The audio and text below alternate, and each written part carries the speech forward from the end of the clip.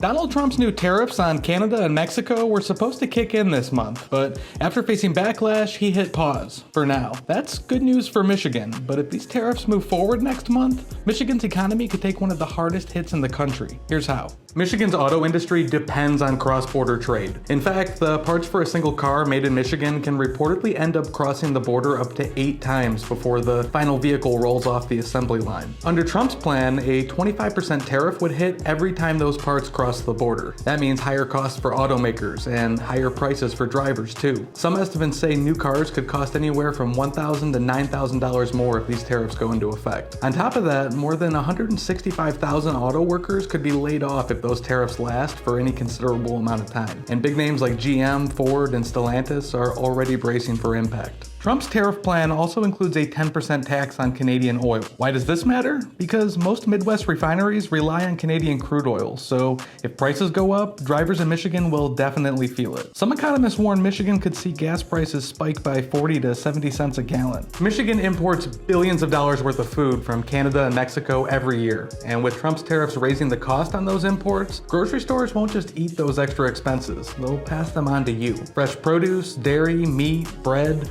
all could get more expensive, and fast. Some foods with a more limited shelf life, like avocados, could jump within a week of the tariffs being enacted. When the US slaps tariffs on other countries, those countries usually hit back. Canada and China have both already threatened retaliatory tariffs on American-made goods, including Michigan's agriculture exports. And Michigan farmers export billions of dollars in products like soybeans, dairy, and livestock to Canada and Mexico. So if Trump's tariffs go into effect, those markets could shrink overnight. Experts say the last round of Trump tariffs hurt farmers the most, and this time could be even worse. Bottom line, Trump's tariffs might be on hold, but if they happen, Michigan's economy will feel it.